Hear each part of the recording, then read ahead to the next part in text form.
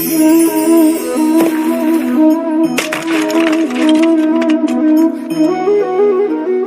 क्या हुआ? मुझे ठोकर लगते ही ये हाथ से छूटकर गिर क्यों गया, टूट क्यों गया?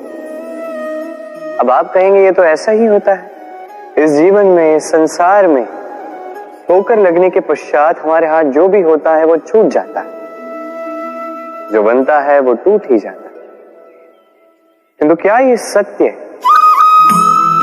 आपको एक बात बता देता हूं, ठोकर खाकर गिरने के पश्चात संसार की कोई भी वस्तु भले हाथ से छूट जाए, सफलता अवश्य आती। चाहे कितनी भी बुरी तरीके से आप गिरे हो, ठोकर खाई हो, भविष्य अवश्य बनता है। क्योंकि ये ठोकर, असफलता, ये कठिनाई, ये हमें ऐसे निखारती है जैसे अग्नि स्वर्ण को। इसलिए जीवन में केवल आगे बढ़ते जाइए, दृढ़ निश्चय के साथ बढ़ते जाइए, और ठोकर खाकर गिरने से कभी भयभीत मत होइए, क्योंकि ये आने वाली सफलता का संकेत। और सफलता तभी मिलेगी जब आप गिरोगे, जब आप पुनः उठोगे, और जब आप पुनः जीवन में आगे बढ़ोगे। राधे। प्रेम, घृणा दोनों समान शब्द हैं। कैसे? देखिए ना, दोनों में 2.5 अक्षर हैं। दोनों वो भाव है जो हमारे मन से जुड़े हैं, और दोनों भाव से जुड़े व्यक्ति हमारे लिए महत्वपूर्ण है। अंतर बस इतना है कि प्रेम को मिलता है सम्मान और घृणा को मिलती है उपेक्षा। ऐसा क्यों? क्योंकि प्रेम वो भाव है जहां व्यक्ति सब कुछ दे देना चाहता है, सब कुछ हार जाना चाहता है। वही घृणा ऐसा भाव है जहां व्यक्ति सब कुछ पा लेना चाहता है, सब कुछ जीतना चाहता है। फिर भी प्रेम ये भाव कभी आपको हारने नहीं देता, और घृणा ये भाव आपको कभी जीतने नहीं देता। अब क्या करेंगे? एक ही जीवन है, घृणा के साथ व्यतीत करेंगे या प्रेम के साथ? मैं तो प्रेम को ही चुनूंगा। राधे राधे। सूर्य किसी के लिए ऊर्जा दाता ईश्वर, तो किसी उल्लू के लिए आग बंद कर देने वाली प्रकाश। नदी किसी के लिए प्यास बुझाने का स्रोत, तो किसी के लिए बाढ़ बनकर विनाश कर देने वाली विपदा। सागर किसी के लिए खारे पानी का भंडार, तो किसी के लिए अनंत जीवों का सार। प्रश्न ये है कि हर एक व्यक्ति के लिए किसी भी भाव या वस्तु की परिभाषा भिन्न क्यों होती? जो किसी के लिए विष, वो किसी के लिए अमृत क्यों? जो किसी के लिए अमृत, वो किसी के लिए विष क्यों? उत्तर सरल है। हम वस्तुओं को या भावों को वैसे नहीं देखते जैसे वो होते हैं। हम वस्तुओं को या भाव को वैसे देखते हैं जैसे हम होते हैं। अब इसका निवारण क्या? स्वयं को शुभ कीजिए, सब कुछ शुभ हो जाएगा। राधे राधे।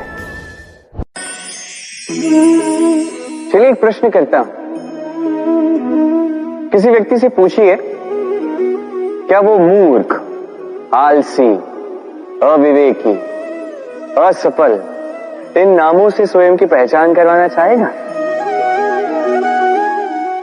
नहीं। किसी पूछिए, क्या आप मूर्ख हो? नहीं। आप असफल हो? नहीं। अविवेकी हो? नहीं। अब बताइए, क्या आपने मूर्ख या असफल बनने के लिए कभी जीवन में एक अच्छी योजना बनाई है? उत्तर मिलेगा नहीं।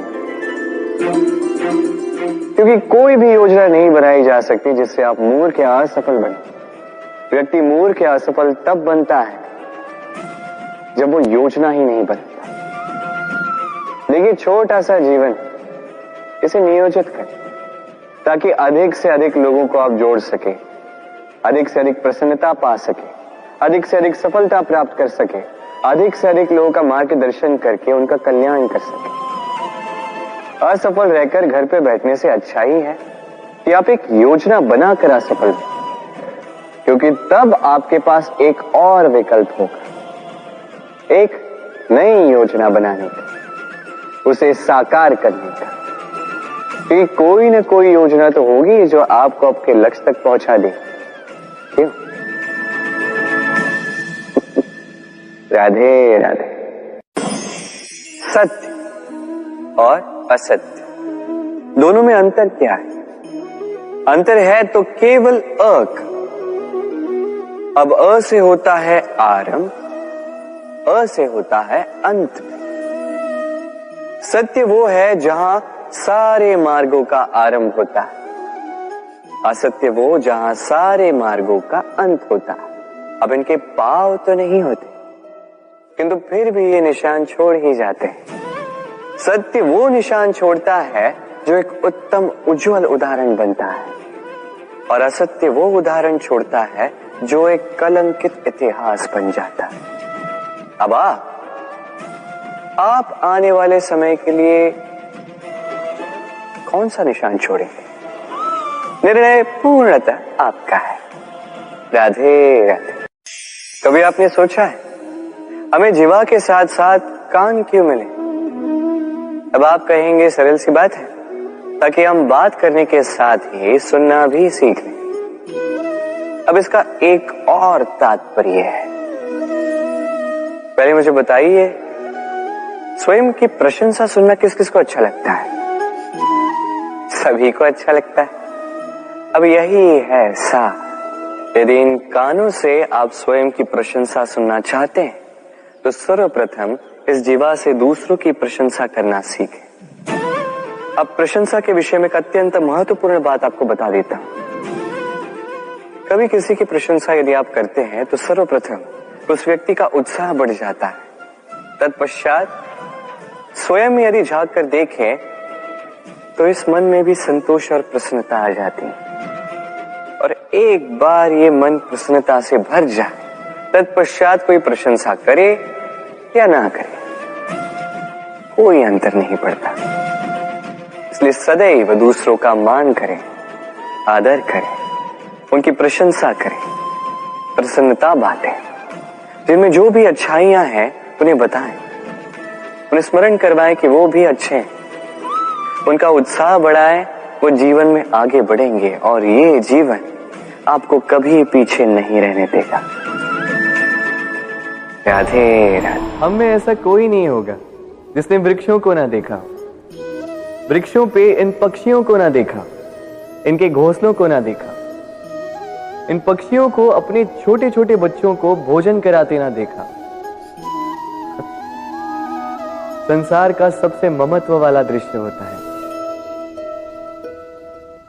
चिड़िया दूर से अपनी चोंच में दाना भरकर लाती, स्वयं भोजन करने में असक्षम संतान की चोंच में डालती, स्वयं भूखी रहकर निस्वार्थ निश्चलता से,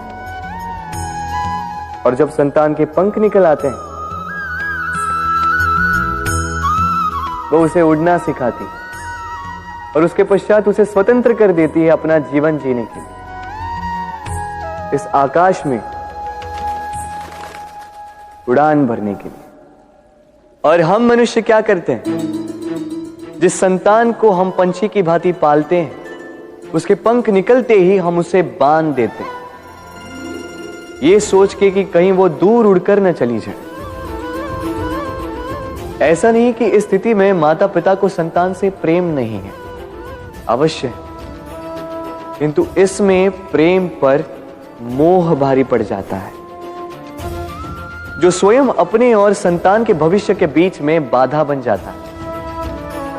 हम ये भूल जाते हैं कि हम केवल जन्मदाता हैं, भाग्य विधाता नहीं। तो जब प्रेम में मोह आ जाए तो वो प्रेम नहीं, स्वार्थ बन जाता है। इसलिए प्रेम को पास रखिए और मोह को दूर, क्योंकि जिससे प्रेम करते हैं उसका विकास नहीं रोका करते।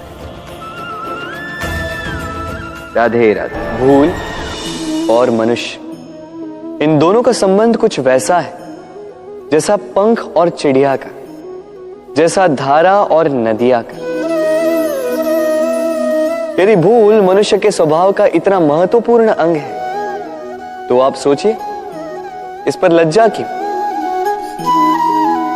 इस पर लज्जा करना ठीक है ही नहीं। वैसे देखा जाए तो भूल हमें स्वयं को और श्रेष्ठ बनाने का अवसर देती है, पहले से अच्छा प्रदर्शन करने की प्रेरणा देती है। अब कदाचित आप में से कुछ इस बात से सहमत नहीं हो, क्योंकि बहुतों की दृष्टि में भूल दोष को जन्म देती है, दोष अपराध को, और अपराध के लिए क्षमा नहीं, दंड मिलना चाहिए। किंतु क्या आपने कभी सोचा है कि ऐसा क्यों होता है?